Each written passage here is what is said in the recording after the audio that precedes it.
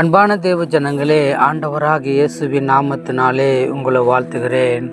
மகிமுள்ள சிங்காசனத்தில் வீற்றிருக்கிற பரலோகத்தின் தேவன் ஆதியிலே வானத்தையும் பூமியும் சமுத்திரத்தையும் அண்ட சராசரங்களையும் ஒவ்வொன்றாக தம்முடைய வல்லமினாலே உருவாக்கி சகல காட்டு மிருகங்களையும் அகாத்து பறவைகளையும் மனிதனை தம்முடைய வல்லமினாலே ஆணும் பெண்ணுமாக தம்முடைய சாயலின்படியே தம்முடைய ரூபத்தின்படியே மகிமுள்ள தேவன் ஆண்டவராகி இயேசு கிறிஸ்து ஆதியிலே உருவாக்கினார்.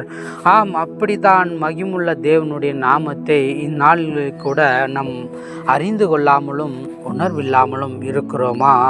ஆம், அப்படிதான் அன்புள்ள தேவன் மனிதனை வெறுக்காமல் மனிதனுக்கு கை கொடுத்து அவனை ஆசீர்வதித்து அவன் வாழ்க்கையில் எப்படிப்பட்டதெல்லாம் அவன் பாவ வாழ்க்கை வாழ்கிறானோ, எப்படிப்பட்ட வாழ்க்கையை வாழ்ந்து அவன் இருக்கிறானோ அதன்படியே அவன் வாழ்க்கையை இனி அவனுக்கு பாவமே இருக்கக்கூடாது, அவன் சந்தோஷமாக நிம்மதியாக இருக்கும்படிக்குத்தான் இந்த பூமியில் இருக்கிற மனிதனுக்காக மனித குலத்துக்காக இந்த பூமியில் இருக்கிற எல்லா ஜீவன்களும் வாழ வைக்கத்தான் அப்படிப்பட்ட தெய்வன் அவதரித்தார். இன்னமும் அவருடைய நாமத்தை புரிந்து கொள்ளாமலும் அநேக வாலிப பெண்களும் அநேக வாலிப சகோதரர்களும் அநேக விதத்தில் பாவம் செய்து கொண்டு வருதுனாலே இந்த பூமி சீர்கெட்டு ஒவ்வொரு நாளும் இருப்பதனாலே கடவுள் ஆவியாக இருக்கிற கடவுள் நமக்காக துக்கப்படுகிறாரு. ஏனென்றால் இதுவரை அவருடைய நாமத்துக்கு விரோதமாக பூமி கொடுமையினால் நிறைந்து பாவம் செய்து கொண்டு வருகிறது. ஏனென்றால் மனிதனை செம்மையானவனாக அழகாக நேர்த்தியாக உருவாக்கினார். மனிதனை மாத்திரம் அல்ல, எல்லா காட்டு ஜீவன்களையும் நாட்டு ஜீவன்களையும் ஆகாயத்து பறவைகளை கொண்டு சகலமும் அவர் நேர்த்தியாக படைத்த தேவனாக இருக்கிறாரு. ஏனென்றால் அவர் இயற்கைகளை பசுமையாக மனிதனுக்கு சந்தோஷம் உண்டாவத அளவுக்கு ஒவ்வொரு மரத்தை பார்க்கும் பொழுது அந்த மனிதனுக்கு எல்லா விதத்திலையும் சந்தோஷமாக நிறைவாக இந்த பூமியிலே ஆசீர்வாதத்தை பெற்றுக்கொண்டு வாழணும் தான் ஆண்டவர் அப்படி செய்தார். ஒவ்வொரு மரத்தை பார்த்தால் எல்லா மரங்களும் ஆசீர்வதிக்கப்பட்ட மரம்தான். ஏனென்றால் ஒரு தேக்கு மரத்தை பார்த்தால் அந்த தேக்கு மரம் இன்னைக்கு எவ்வளோ விலைக்கு போகும் என்று நீங்கள் சிந்தித்து பாருங்கள்.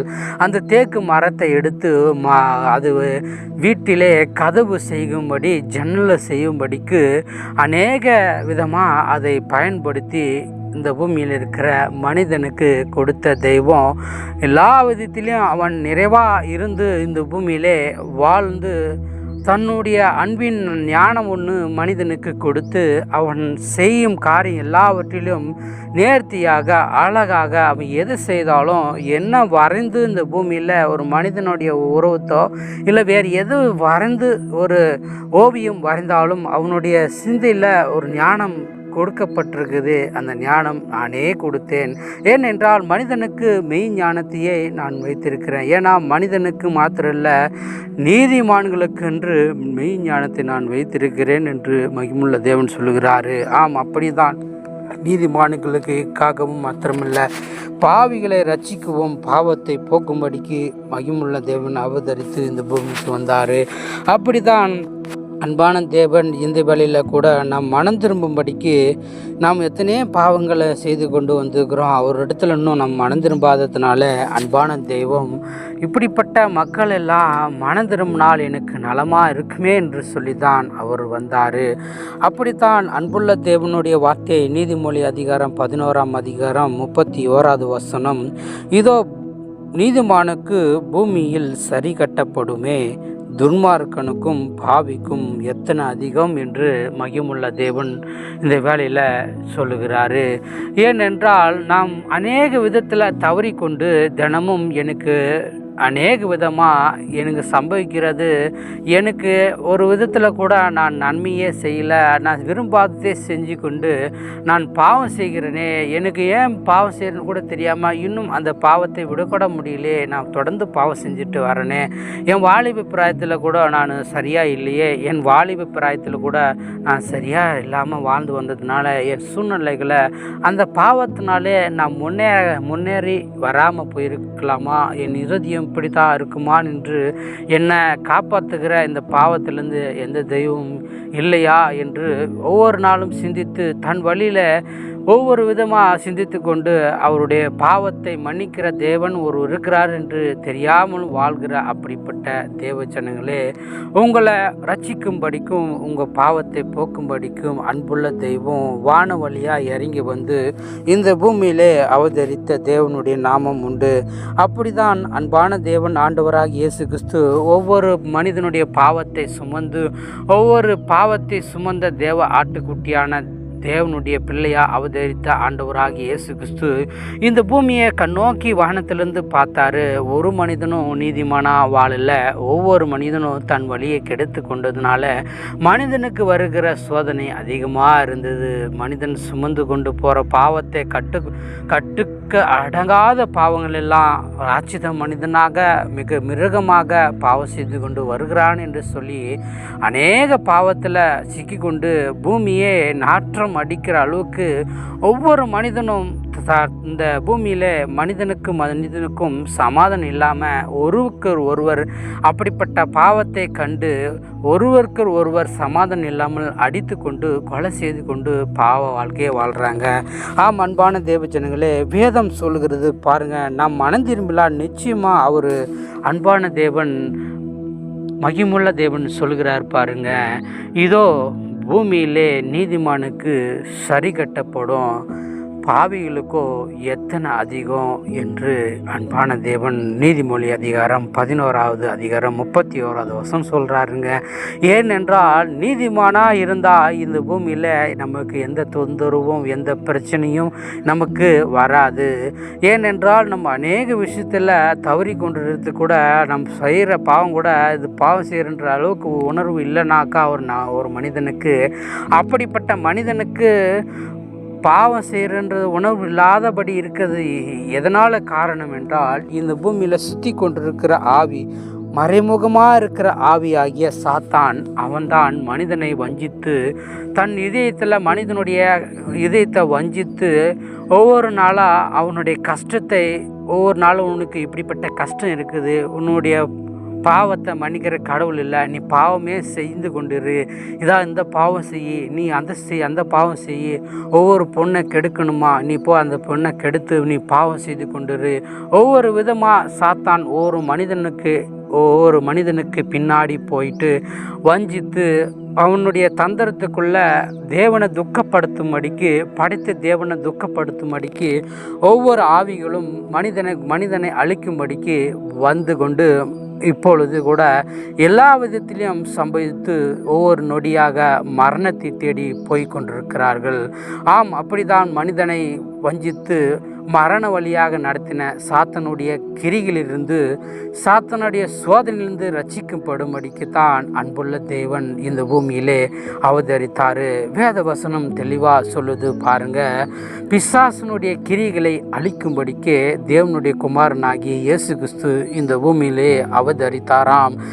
அன்பான தேவ ஜனங்களே, இந்த கேட்டு யாவரும் நாங்களும் மனம் திரும்பினால் நிச்சயமாக நம் பாவங்களை மன்னித்து நம்மளை வாழ வைக்கிற தெய்வமாக அவர் இருக்கிறாருங்க. யார் மன்னிக்கிறார்களோ இல்லையோ, யார் உங்களை சேர்த்து கொள்கிறார்களோ இல்லையோ, எப்படிப்பட்ட பாவம் செஞ்சாலும் அப்படிப்பட்ட பாவத்திலிருந்து விடுவிக்கிற ஒரே தெய்வம் ஆகிய அண்ட சராசரி நீங்கள் பாருங்கள், வானத்தை பாருங்கள். இந்த வானம் எங்கே போய் முடியும்னு தெரியாது, அவ்வளோ பெரிய வானத்தை படைச்ச தெய்வம், அதுக்கு மேலான தெய்வமாக இருக்கிறார். நம்ம இதயத்தை எல்லா மனுஷனையும் பூமியில் உருவாக்கினார். எல்லா மனுஷனுடைய இதயம் ஒரே செகண்டில் பார்க்குற தெய்வமாக இருக்கிறார். நம்ம கஷ்டம், நம்ம வேதனை, எப்படிலாம் நம்ம பாவம் எண்ணத்தோடு இருக்கிறோமா, ஒவ்வொரு நொடியும் அவர் ஸ்கேன் பண்ணி ஒவ்வொரு நிமிடத்தில் மனிதனுக்கு என்னென்ன பண்ணுறான்னு என்று கண்ணோக்கி பார்க்குற தெய்வமாக, அப்படிப்பட்ட மனிதன் எப்படிலாம் இருக்கிறானோ தக்க பலனை கொடுக்கும்படிக்கு ஒவ்வொரு மனிதனையும் வானத்திலிருந்து பூமியை கண்ணோக்கி பார்த்து கொண்டிருக்கிறாரு. அன்பான தேவ ஜனங்களே, நம்ம பாவம் செய்கிறோம், யாரும் கண்டுக்கவில்லை, நாம் எப்படியானா போய்க்கலான்னு நினைக்கிற அன்பான தேவ ஜனங்களே, நீங்களும் நானும் மனம் திரும்பி மெய்யான தேவனுடைய வழியில் நடக்கும் பொழுது ஒரு மனிதன் பாவம் செய்துட்டா அவன் முகத்தில் கலையான ஒரு ஒளியான முகமே இருக்காது. இருளடைந்து அவன் முகம் பிரகாசம் இல்லாமல் ஒரு நாளும் சந்தோஷமாக கூட அவன் முகத்தில் சிரிப்பு கூட பார்த்துருக்க முடியாது. நான் ஏன் சிரிக்கவில்லை என்று ஒவ்வொரு நாளும் அந்த நபர் புலம்பிக் கொண்டிருப்பார். ஏனென்றால் அவருடைய வாழ்க்கையில் அப்படிப்பட்ட பாவம் செய்து கொண்டு போகிறதுனாலே அவருடைய நிலைமைகளில் சந்தோஷமே இருந்திருக்காது. ஏனால் அன்புள்ள தேவன் சொல்லுகிறாரு, துன்மார்க்கனுக்கு சமாதானம் இல்லை என்று என் தேவன் சொல்லுகிறாரு என்று வேதம் சொல்லுகுதுங்க. ஏன்னா வேதம் பொய்ய சொல்லலை, உண்மைதான் சொல்லுது. தன் பாவத்தை மறைக்கிறவன் வாழ்வடைய மாட்டான், அதை அறிக்கை செய்து விடுகிறவனோ இறக்க பெறுவான் என்று அன்புள்ள தேவன் சொல்லுகிறாரு. ஏனென்றால் ஒரு மனுஷன் பாவத்தை அறிக்கை செய்துட்டாலே போதும், அவன் வாழ்க்கையை சூரியன் எப்படி பட்ட பகலிலே வெளிச்சமாக இருக்கிறதோ, அவன் வாழ்க்கையில் நடந்த சம்பவத்தில் அவன் எப்படிலாம் பாவத்தில் முழுகி மாட்டிக்கொண்டானோ அந்த பாவத்திலேருந்து ரட்சிக்கிற தேவனா அவரே இருக்கிறாரு. ஏன்னா இயேசு கிறிஸ்துவின் ரத்தம் சகல பாவங்களை நீக்கி எல்லா மனிதனையுடைய பாவத்தை நீக்கி அவருடைய ரத்தத்தினாலே மீட்டு எல்லா மனுஷனையும் ரட்சிக்கிற தெய்வமாக அவர் இருக்கிறாருங்க. ஏனென்றால் அவர் மட்டும்தான் பாவ மன்னிப்பு கொடுக்குற தெய்வம். அவர் ஒருவர் தான் அன்பாக நேசித்து வந்து வாழ வைக்கணும்னு வந்த தெய்வம். அப்படிப்பட்ட தெய்வத்தை நாம் உணர்ந்து கொள்ளாமல் புரிந்து கொள்ளாமல் அவருடைய பாசத்தை ஏற்றுக்கொள்ளாமல் அநேக பாவ வாழ்க்கையில் வாழ்கிறோம். நீங்களும் நானும் அப்படிப்பட்ட பாவ வாழ்க்கையில் வாழ்ந்தால் நிச்சயமாக நாம் சந்தோஷமாக வாழ முடியாது. நிச்சயமாக மரணத்தை நோக்கி நம் ஆவி சாத்தான் எந்த விதத்தில் வஞ்சித்து நம்மளை போராடி கொண்டு ஒவ்வொரு நாளும் அழிக்க வந்தவனும் அப்படிப்பட்ட பாவத்திலிருந்து மீட்டெடுக்க ஒரு மனிதனும் வர முடியாது. நாம் பாவத்தை விட்டு வந்தால் மாத்திரமே நாம் நிச்சயமாக பிழைத்து அவருடைய சமூகத்தில் வந்து அவருடைய நாமத்தை தொழுது கொண்டு பரிசுத்தமாக அவருடைய நாமத்தை கொண்டு நாம் அறிக்கை செய்து நான் ஒரு பாவி என்னை மன்னிச்சிடுங்க சொல்லும் பொழுது நிச்சயமாகவே பாவத்தை பார்க்கவும் பாவத்தை மன்னிக்கிற தெய்வமாக இருக்கும் பொழுது நிச்சயமாக உங்கள் பாவம் எப்படிப்பட்ட பாவம் வந்தாலும் அப்படிப்பட்ட பாவத்திலிருந்து விடுதலை தர தெய்வமாக அவரே இருக்கிறாரு. இந்த பூமியில் எத்தனை நாமும் உங்களுக்கு பாவ மன்னிப்பு கொடுத்தாலும் பாவத்தை போக்கும் அளவுக்கு நீங்கள் பரிகாரம் தேடினாலும் எந்த பரிகாரமும் நம்மளை சரிப்படுத்தாதுங்க. அன்புள்ள தேவன் சொல்கிறாரு, நானே உன் பரிகாரியாகிய கர்த்தர், என்னே இல்லாமல் பரிகாரம் இல்லை. எங்கே போனாலும் எந்த விதத்தில் ஆடு ரத்தமோ மாடு ரத்தமோ கோழி ரத்தமோ எந்த ரத்தமோ உன்னை ரட்சிக்காது, பாவ மன்னிப்பு கொடுக்காது.